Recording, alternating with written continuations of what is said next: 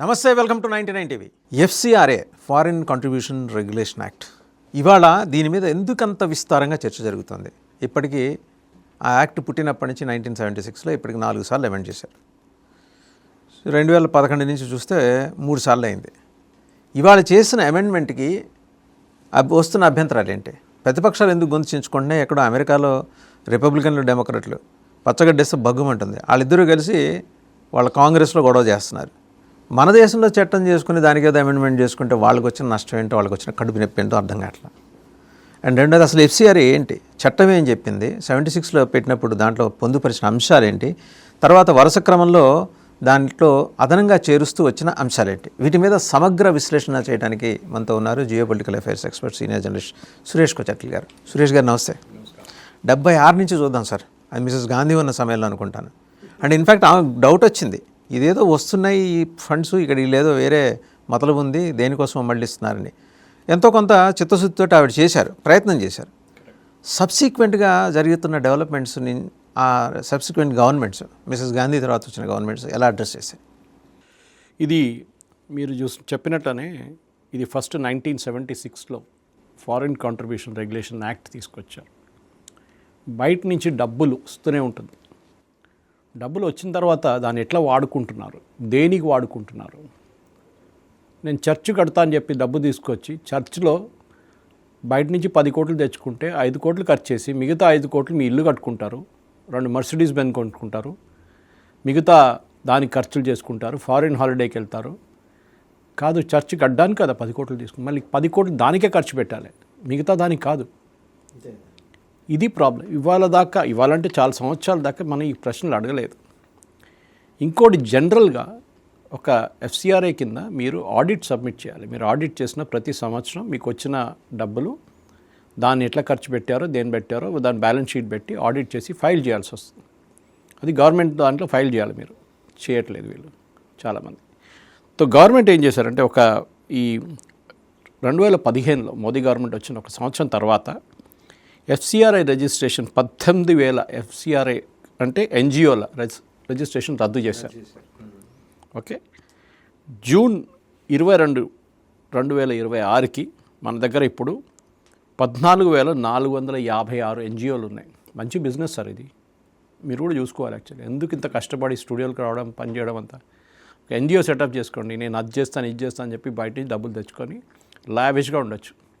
మా పక్కన ఒక ఫ్లాట్లో ఉన్నారు ఆయన, పాస్టర్ ఆయన, లావిష్గా ఉంటారు ఆయన. 2 కార్లు ఉన్నాయి, రోజంతా అక్కడే కనిపిస్తాడు, కానీ ఏం చేస్తాడో తెలియట్లేదు. ఈ 2 కార్లకి వాళ్ళకి డబ్బులు ఎక్కడ వచ్చినాయి. సండే రోజు పాటలు పాడతారు, మొత్తం టీం వస్తుంది అక్కడ, which is illegal as per law. Residential ఏరియాలో మీరు పెట్టకూడదు. ఎనీవే ఇదంతా చేస్తారు. ఇట్లాంటివి మొన్న ఒక పాస్టర్ని పట్టుకున్నారు, మీరు గుర్తుంటుంది, 2 కోట్లు దొరికిందంటాడు. 2 కోట్లు ఆలోచించండి. వీళ్ళ లైఫ్ అంటే ఏం చేయకుండా, చాలామంది 99% మన దేశంలో ఉన్న యంగ్స్టర్స్ కానీ ఎవరైనా కానీ కష్టపడి పనిచేస్తారు పొద్దున్న సాయంత్రం దాకా. నేను కూడా చేస్తాను. ఇది ఏం చేయకుండా మత ప్రచారం చేస్తాను, అక్కడ అష్యూరెన్స్ ఇస్తారు. అమెరికాలో ప్రతి పాస్టర్కి ఒక టార్గెట్ ఉంటుంది, 1000 మందిని కన్వర్ట్ చేయాలి, 500 మందిని కన్వర్ట్ చేయాలి. కన్వర్ట్ చేస్తే నీకు ఇది, కానీ దానికన్నా ఎక్కువ చేస్తే నీకు బోనస్. ఇది వీళ్ళది ఇన్ అన్రిటర్న్ లా. సో వచ్చిన డబ్బులు ఇట్లా వాడుకుంటారు అకౌంట్ లేకుండా. కానీ ఇప్పుడు గవర్నమెంట్ చాలా స్ట్రిక్ట్ అయిపోయారు. ఈ చట్టం మీరు చెప్పినట్ల ఫస్ట్ 1976 ఇందిరాగాంధీ హయాంలో వచ్చింది. అప్పుడు కాంగ్రెస్ వాళ్ళు ఎవరు మాట్లాడరు దాని గురించి, ఎందుకంటే ఇందిరాగాంధీ చేసింది కదా. దాంతో 2010లో దీన్ని రిపీల్ చేశారు. ఏది, ఇందిరాగాంధీ గారు తీసుకొచ్చిన చట్టాన్ని తీసేశారు. అమెండ్ చేయడం కాదు, తీసేసి కొత్త లా తీసుకొచ్చారు 2010లో. అప్పుడు ఆలోచించండి, ఈ 2010లో చాలా జరిగినాయి. మీకు గుర్తుంటుంది, వకఫ్ది కూడా అదే జరిగింది. అప్పుడే చాలా చట్టాలు మారినాయి, ఎందుకంటే వీళ్ళ మీద చాలా ప్రెషర్ ఉండే. ఎందుకంటే ఎస్పెషల్లీ కేరళలో వీళ్ళ ఓటింగ్ కాన్స్టిట్యున్సీ పెద్దది కేరళలో ఉంది. అక్కడ వీళ్ళది చర్చ్ వాళ్ళ పార్టీ కూడా ఉంది, కేరళ కాంగ్రెస్ మాని అని చెప్పేసి. ఆలోచించండి, వాళ్ళు చెప్పినప్పుడు పొలిటికల్ పార్టీ అంటారు, ఇప్పుడు వాళ్ళు సిపిఎంతో ఉన్నారు. అట్లనే అక్కడ 2-3 అట్లాంటి చర్చ్ బేస్డ్ పార్టీస్ ఉన్నాయి. చర్చ్ క్లియర్గా చెప్తారు ఎవరికి ఓటు వేయాలో ఎవరికి వద్దని చెప్పేసి. ఓకే, సురేష్ గోపికి ఓటేయమన్నారు, దీనికన్నా ముందు ఓటేశారు. రాజీవ్ చంద్రశేఖర్ని ఓడించాలని చెప్పాక ఆయన ఓడించలేకపోయారు. వారు క్లియర్గా ఇన్స్ట్రక్షన్స్ ఇస్తారు, బీజేపీకి ఓటు వేయకూడదు. నేను అది అప్పుడే చెప్పాను.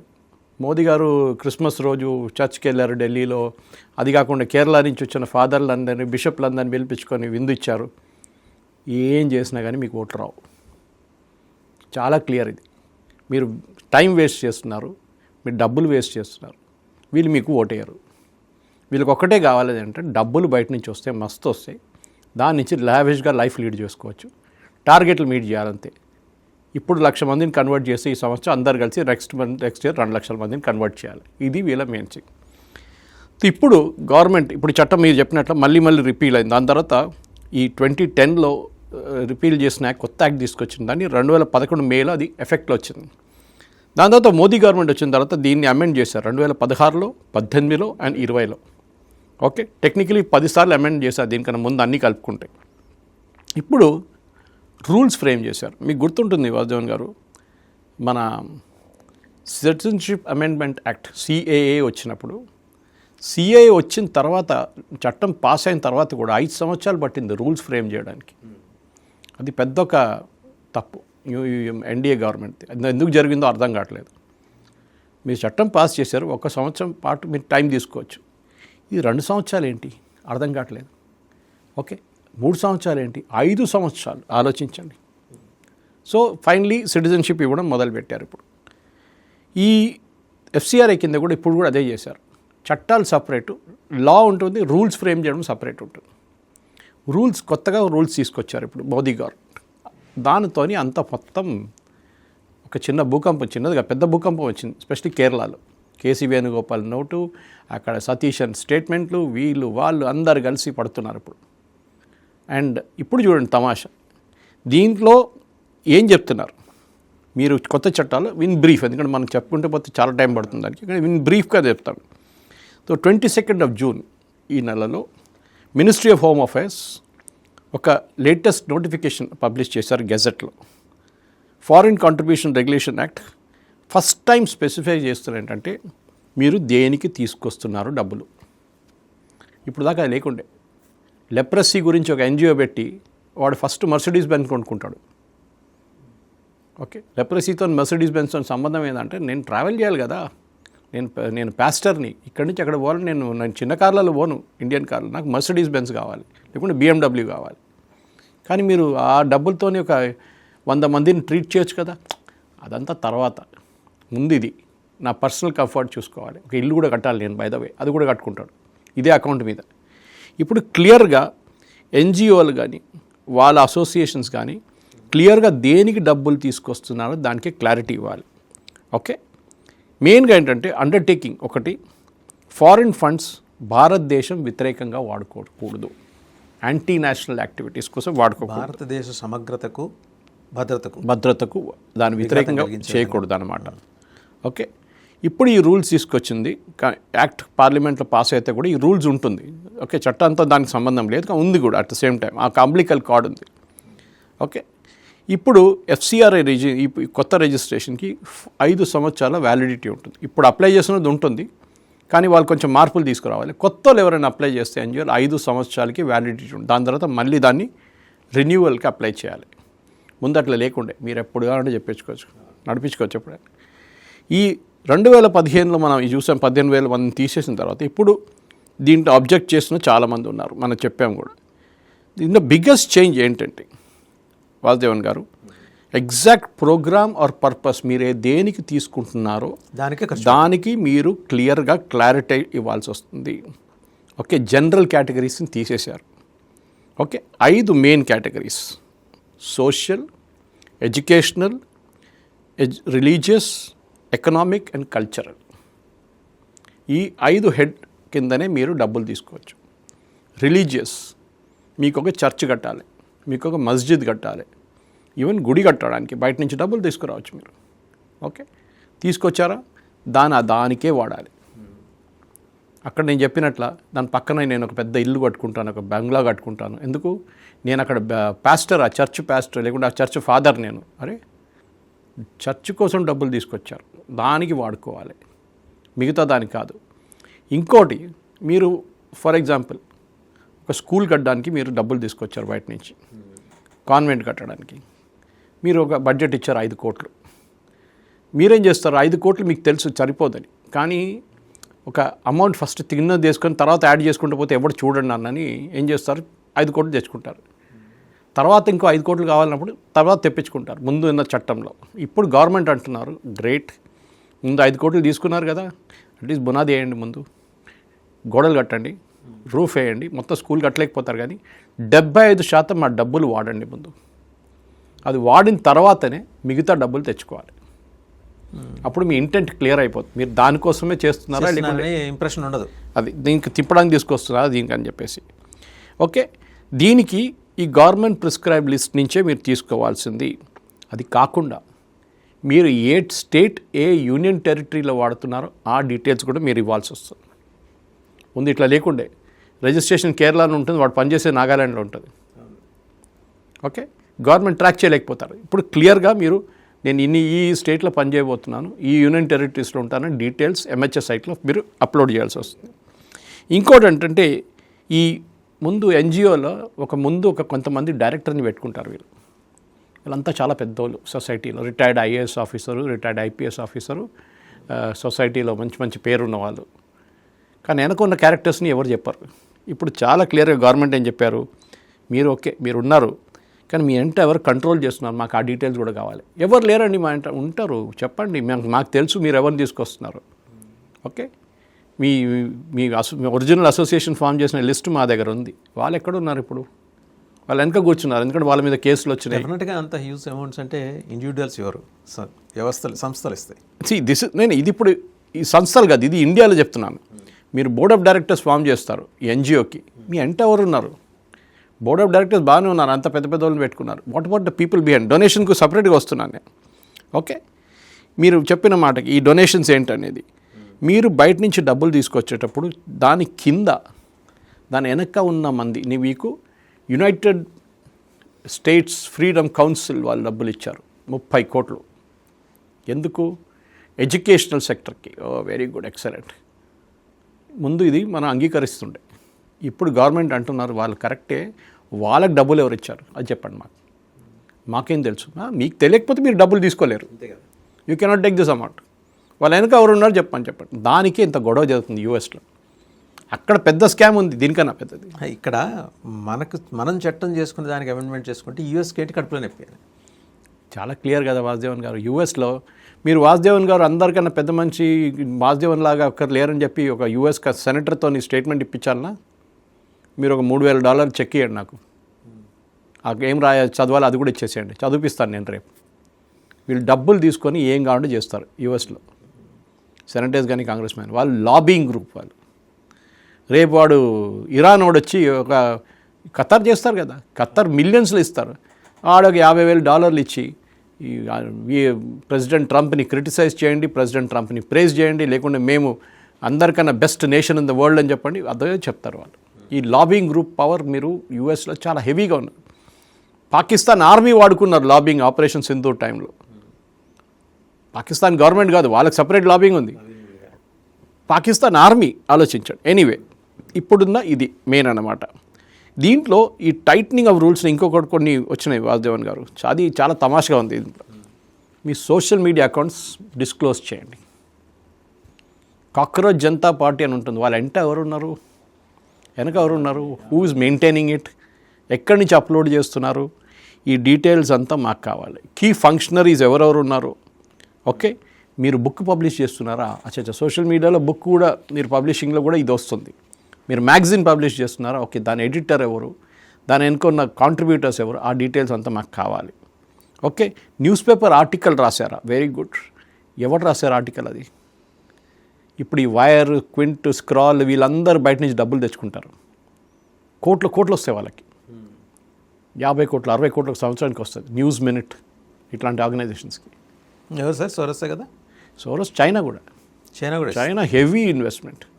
గ్లోబల్ టైమ్స్ ఐడెంటిఫై అండి చైనా, వాళ్ళకి తెలుసు, వాళ్ళకి మిమ్మల్ని కొనలేకపోతే ఇంకోటి ఉంటాడు రెడీగా అమ్ముకోవడానికి. వాడికి ఏం కావాలి, నెలకు ఒక 10 లక్షలు ఇస్తే చాలు, 5 లక్షలు ఇస్తే హ్యాపీ, వాడు మన దేశాన్ని అమ్మేసుకుంటాడు. మన వాళ్ళు చాలామంది ఉన్నారు అట్లాంటి వాళ్ళు. ఎథిక్స్ అని లేదు కదా మన ఫీల్డ్లో, పోయింది ఎప్పుడో పోయింది ఎథిక్స్. ఓకే, సో ఇదొకటి. సో మీరు అదంతా డీటెయిల్స్ ఇవ్వాలి. సో మీ సోషల్ మీడియా అకౌంట్స్, మీ వెబ్సైట్స్, దాని వెనక ఎవరు ఉన్నారు, అసోసియేషన్ ఏంటి, కీ ఫంక్షన్స్ ఎవరు, మొత్తం డీటెయిల్స్ ఇవ్వాలి వస్తుంది. సిద్ధార్థ్ వరదరాజన్ వెనక కూర్చొని వైర్లో గేమ్లు ఆడుతున్నాడు, ముందుకు రాడు, ముందుకు అంతా పేరు ఇంకా ఎవరినో పెట్టుకుంటాడు. Now you have to disclose who is there behind you also. Okay, ఇదొకటి. మళ్ళీ మీరు ఈ రూల్స్ చట్టం ప్రకారం మీరు పొలిటికల్ అండ్ ఐడియాలజికల్ కంటెంట్ గురించి టైటన్ చేశారు. స్లోగా వీళ్ళేం చెప్తారంటే స్కూల్లో నేర్పిస్తున్నప్పుడు, కాలేజీలో నేర్పిస్తున్నప్పుడు, లేకుంటే మీరు అసోసియేషన్ మీటింగ్ పెట్టినప్పుడు భారతదేశంలో మీరు సెక్యులర్ పార్టీలకే ఓట్ వేయాలి అంటారు. ఇప్పుడు if you're an NGO and if conducting the meeting ఈ వర్డ్స్ మీరు యూజ్ చేయకూడదు. ఓకే, చాలా క్లియర్. రాజకీయాన్ని, రాజకీయ భావజాలాన్ని ప్రయోగించకూడదు. ఓకే, చాలా క్లియర్. దీంట్లో educational programme must be non political. JNU లాగా చేయకూడదు. ఎడ్యుకేషనల్ ప్రోగ్రామ్ పెడతారు వీళ్ళు. Seminar, 1 full day seminar on NCERT text books and how communal elements are trying to put their content in to it. ఒక seminar పెడతారు వీళ్ళు. చాలా నడుస్తుంటాయి సిటీలో. దానికి 10 లక్షల రూపాయలు ఇస్తారు మీకు ఒక ఎన్జిఓ వాళ్ళు. వాళ్ళ ఎజెండా ఉంటుంది దీంట్లో. ఏంటి, మోదీని క్రిటిసైజ్ చేయండి, ధర్మేంద్ర ప్రధాన్ రాజీనామా అడగండి, ఇదన్నీ చేస్తారు వీళ్ళు. ఓకే, సో దీంట్లో చాలా క్లియర్గా వాసుదేవన్ గారు ఈ కల్చరల్ యాక్టివిటీస్ మస్ట్ ఎక్స్క్లూడ్, మీరు కల్చరల్ చేశారనుకోండి, మట్ ఎక్స్క్లూడ్ ఐడియాలజికల్ కంటెంట్. మీరు ఒక డ్యాన్స్ పెట్టారు, ఒక డ్రామా పెట్టారు, ఒక సినిమా తీస్తున్నారు, దాంట్లో మీరు మెల్లగా దూరి సనాతన ధర్మాన్ని తిట్టడాను అది చేయడానికి మీకు అధికారం లేదు. ఓకే, వెరీ క్లియర్ అన్నమాట దానికి. So most important, all religious and religious activities are all. ఎందుకంటే మన చట్ట ప్రకారం మనకి we can practise propagate religion also. కానీ సుప్రీంకోర్టు చాలా క్లియర్ చెప్పారు, ప్రొపగేట్ చేయొచ్చు, మీరు మీ రిలీజన్ని మీరు ఎట్లా కావాలంటే అట్లా మీరు you can follow it, but you cannot convert people. అది మార్పిడి వేరు. You cannot convert. మీరు ఈ డబ్బులు తీసుకొని అక్కడ వెళ్ళి మన దగ్గర ఉన్న పన్వెన్షన్ని, మన దగ్గర ఉన్న కొంతమంది వాచ్మ్యాన్ని, వీళ్ళందరినీ కన్వర్ట్ చేసుకుంటారు వీళ్ళు. ఓకే, రైస్ బ్యాక్ కన్వర్ట్స్ అంటారు వీళ్ళని. ఏంటి, ముందు అంటారు మీ పిల్లలు ఏం చేస్తున్నారమ్మా, స్కూల్కి వెళ్తున్నారా, ఎంత ఫీజు కడుతున్నారు, 40,000. అరే మా దగ్గరికి రండి, మా స్కూల్లో ఫ్రీ, మా కాన్వెంట్ స్కూల్లో. ఓకే, నెక్స్ట్ ఎక్కడ మీ పిల్లలు, కాలేజ్లోనా, మా కాలేజ్లో ఫ్రీ. మీకు హెల్త్ ప్రాబ్లం ఉందా, ఏమని సర్జరీ చేయాలన్నా, మా హాస్పిటల్ ఉంది ఫ్రీ. కన్వర్ట్ చేసుకుంటారు వాళ్ళని స్లోలీ. వాడు ఫ్రీగా ఇచ్చాడు దానికోసమే కదా.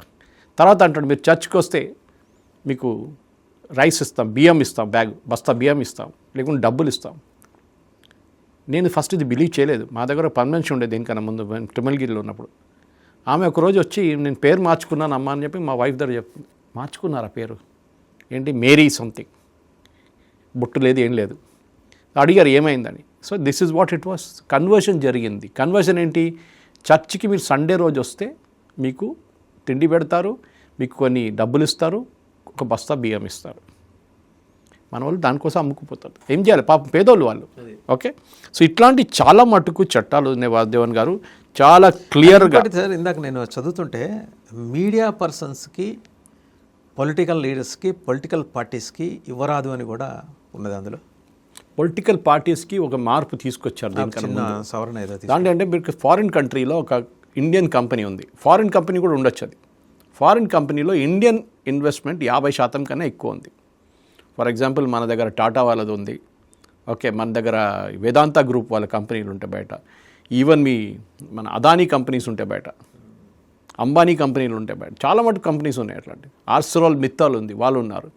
దీంట్లో ఈ కంపెనీల్లో 50% కన్నా ఎక్కువ ఇండియన్ పెట్టుబడి ఉంటే వాళ్ళు డొనేట్ చేయొచ్చు మన పొలిటికల్ పార్టీకి బయట నుంచి. మిగతా వాళ్ళు చేయలేరు, ఎందుకంటే ఫారిన్ కంపెనీలు మళ్ళీ షేర్ హోల్డింగ్ ఇండియన్ అయి ఉండాలి 50% కానీ దానిపైన కానీ, అప్పుడే మీరు డొనేట్ చేయొచ్చు. లేకుంటే ఏం చేస్తాడు వాడు, అక్కడ కంపెనీ కావాలని ఒక షెల్ కంపెనీ పెట్టుకొని దాని నుంచి $1,00,000, 2 లక్షలు, 3 లక్షలు పంపిస్తూనే ఉంటాడు. ఎవరు, ఒక సీట్ కూడా రాని పార్టీకి. ఓకే, వాడేమో లైఫ్ స్టైల్ ఢిల్లీలో పెద్ద ఒక బంగ్లా తీసుకుంటాడు, 3-5 కార్లు కొనుక్కుంటాడు, ఇలా ఫారిన్ హాలిడేకి వెళ్తాడు, మొత్తం ప్రచారాలు చేస్తాడు, సోషల్ మీడియా అది ఇది. లాస్ట్లో వాడికి వచ్చేది 1 సీటో 1/2 సీటో వస్తుంది అంతే. ఇది సో ఈ చట్టం ప్రకారం ఇప్పుడు చాలా క్లియర్గా 16 కేటగిరీస్ ఇచ్చారు రిలీజియస్ యాక్టివిటీస్లో. ఓకే, రిలీజియస్ ఎడ్యుకేషన్ ఉండొచ్చు, మారల్ ఎడ్యుకేషన్ ఉండొచ్చు, సత్సంగ్ చేయొచ్చు, ఓకే, మెడిటేషన్ చేయొచ్చు. హిందువులను కూడా ఆపట్లేదు, హిందువులు కూడా చేయొచ్చు. సత్సంగ్ అంటే క్రిస్టియన్స్ చేయరు కదా, చేసేవాళ్ళు వీళ్ళే కదా మన హిందువులు కదా. ఇది అన్నీ చేసుకోవచ్చు. ఓకే, కానీ క్రిమేషన్ డెవలప్మెంట్ చేయవచ్చు. క్రిమేషన్ మీ గ్రౌండ్ ఉంటుంది, కొంచెం స్పాయిల్ అయి ఉంటుంది, కొంతమంది బయట నుంచి డబ్బులు పెడతారు దాన్ని రిపేర్ చేయండి. మన ప్యారడైస్ దగ్గర పరేడ్ గ్రౌండ్ వెనక ఒక పెద్ద ఉంది ఒకటి, అది బ్రిటిష్ హై కమిషన్ మెయింటైన్ చేస్తారు దాన్ని, వార్ కమిషన్ అండి. ఈ మన ఇక్కడ కూడా ఉంది అమ్ముగూడ దగ్గర, వాళ్ళు మెయింటైన్ చేస్తారు అది. So this is where it is. So ఈ 11 కేటగిరీస్ ఎకనామిక్ పర్పస్ కోసం, 30 ఐటమ్స్ సోషల్ కేటగిరీ కోసం ఇదైనా వైలేట్ చేస్తే అంతే సంగతి. ఇది చూడండి, ఇప్పుడు ముందు వెళ్తూ చాలా మటుకు ఈ ప్రాబ్లం రాబోతుంది. ఈ ప్రాబ్లంని దానికోసం కేరళలో కేసీ వేణుగోపాల్ కానీ సతీశన్ కానీ అందరూ ఏడవడం మొదలుపెట్టారు. వాళ్ళ దగ్గర అడగండి మీకు ప్రాబ్లం ఏముంది, అరే దీంట్లో అసెట్స్, ఇంకోటి చాలా ఇంపార్టెంట్, దానికే వాళ్ళు ఏడుస్తున్నారు. కొంతమంది ఏం చేస్తారు వాసుదేవన్ గారు, ఒక ఎన్జిఓ సెటప్ చేస్తారు, 4 సంవత్సరాల తర్వాత ఎన్జిఓ బంద్ చేసేస్తారు. అయిపోయింది కదా, మీరు పెద్ద ఇల్లు కట్టుకున్నారు, చర్చ్ కట్టుకున్నారు, అన్నీ చేశారు. వీడు ఎన్జిఓ క్లోజ్ చేసే ముందు ఏం చేస్తాడంటే ద ల్యాండ్ అంతా అమ్మేస్తాడు, ల్యాండ్ బిల్డింగ్లు కార్లు అన్నీ అమ్మేసుకొని పాకెట్లు వేసుకుంటాడు డబ్బులన్నీ. తర్వాత అన్నాడు ఎన్జిఓ క్లోజ్, నేను అయిపోయింది, నేను షట్ డౌన్ చేస్తున్నాను. దాని తర్వాత వాళ్ళు ఎక్కడ మాయమైపోతారో ఎవరికి తెలియదు. గవర్నమెంట్ ఏమంటున్నారు, గ్రేట్ మీరు బంద్ చేస్తున్నారు కదా, మీ దగ్గర ఏమేమి ప్రాపర్టీ ఉండే, ఏది లాస్ట్ 4 సంవత్సరాలు 5 సంవత్సరాలు, ఆ ప్రాపర్టీ మీరు అమ్మకూడదు, అది గవర్నమెంట్కి వచ్చేస్తుంది. ఓకే, అది ఏడుపు. ఏది 4-5 ఏళ్ళు ఒకవేళ క్లోజ్ బయట నుంచి డబ్బులు తీసుకొచ్చి సంపాదించి చేయని పని చేయలేకపోతే గవర్నమెంట్ అసెట్స్ అంతా టేక్ ఓవర్ చేస్తుంది. చెప్పిన పని చేయలేకపోతే, చెప్పిన కదా వాడు ఎన్జిఓ క్లోజ్ చేసేస్తున్నాడు, దుకాణం బంద్ చేసేస్తున్నాడు. ఇంకా అలాంటప్పుడు వాడికి సంబంధం లేదు, ల్యాండ్ గవర్నమెంట్కే కదా. సో మీరు బయట నుంచి తెచ్చుకొని ఉంటారు, కానీ మీరు పర్సనల్ దానికి వాడకూడదు. You give it back to the government. రేపు గవర్నమెంట్ ఇంకొక క్రిస్టియన్ సొసైటీకి ఇవ్వచ్చు, అది లేకుంటే ఇస్లామిక్ సొసైటీకి ఇవ్వచ్చు, ఒక హిందూ సొసైటీకి ఇవ్వచ్చు, గవర్నమెంట్ ఇష్టం అది. కానీ మీరు పర్సనల్ దానికి వాడుకోలేరు, మీరు అమ్మేసే డబ్బులు మీ పాకెట్లో వేసుకోలేరు. ఇది మెయిన్, దానికే ఏడుస్తున్నారు ఎక్కువ చాలామంది. ఇది ఒక పెద్ద బిజినెస్, దీని వెనక పెద్ద స్కామ్ ఉంది వాసుదేవన్ గారు, మీరు బిలీవ్ చేయరు. 1,00,000 కోట్లు 2,00,000 కోట్లు 3,00,000 కోట్లు ఒక్కొక్క కొట్టేశారు, డబ్బులు ఉన్నాయి. Anyway that's a separate story. Right Suresh గారు, థ్యాంక్ యూ. సో చూసాం కదా FCRA నిబంధనలు 1976లో ఆ చట్టం తీసుకొచ్చినప్పుడు శ్రీమతి ఇందిరాగాంధీ ప్రధానమంత్రిగా ఉన్నారు. తర్వాత ఆ చట్టాన్ని తీసేసి 2010లో రిపీల్ చేసిన తర్వాత 2011 మే నుంచి అమల్లోకి వచ్చిందని వాళ్ళు చెప్పారు. సరే, వచ్చిన తర్వాత ఏంటి ఉన్నాయంటే ఏం లేదు, ఎక్కడేసిన గొంగలు అక్కడే. ఒకవేళ కొత్త నిబంధన తీసుకొస్తే వాళ్ళు బైపాస్ మూసేస్తే ఓరా నుంచి వచ్చినట్టు ఏదో ఒక రకంగా డబ్బులు అయితే తెచ్చుకుంటున్నారు, దుర్వినియోగానికి పాల్పడుతున్నారు. ఇప్పుడు మత ప్రచారం కోసం తెచ్చుకోవచ్చు, మత మార్పిడి కోసం తెచ్చుకోవటం, దేశంలో అస్థిరత సృష్టించడం, ప్రత్యేకించి నార్త్ ఈస్టర్న్ స్టేట్స్ కావచ్చు, అలాగే కొన్ని రాష్ట్రాలని సెన్సిటివ్ స్టేట్స్ అక్కడ కావచ్చు, అస్థిరత సృష్టించే ప్రయత్నం చేయడం. దాంట్లో FCRA కొత్త నిబంధనలు చాలా స్పష్టంగా చెప్పారు, దేశ సమగ్రతకి సమైక్యతకి అలాగే కమ్యూనల్ హార్మనీకి ఎలాంటి ఇబ్బంది తలెత్తినా విఘాతం కలిగించినా ఊరుకునేది లేదు, చాలా స్ట్రింజెంట్ యాక్షన్ అయితే ఉంటుందని. ఇవన్నీ వాళ్ళు తామరతంపరగా ఉన్న ఈ NGOలకి కడుపు మండుతూ ఉంది.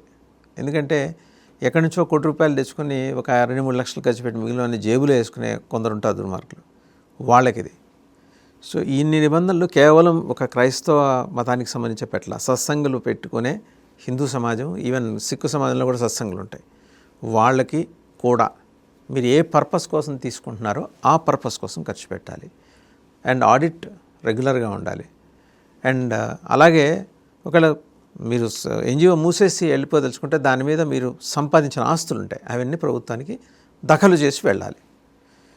సఫకేషన్ ఇది 5 ఏళ్ల పాటే, ఏది నిబంధనలు 5 ఏళ్ల పాటు ఉంటాయి. అంటే రెన్యువల్కి వెళ్ళాలంటే ముందర 5 ఏళ్ళు మీ పనితీరుని గమనించిన తర్వాత మీకు రెన్యువల్ చేయాలా లేదా అనేది మళ్ళీ గవర్నమెంట్ ఆఫ్ ఇండియా నిర్ధారిస్తుంది. ఎక్కడి నుంచో వచ్చి పడుతున్న ఈ డబ్బు ఎలాంటి విపత్తులకు దారితీస్తుందనేది స్పష్టంగా గమనించిన తర్వాత ఇన్ని రకాల సవరణలు చేశారు, కేంద్ర హోంమంత్రి శాఖ పరిధిలోకి తీసుకొచ్చారు. చూద్దాం ఏం జరుగుతుందో.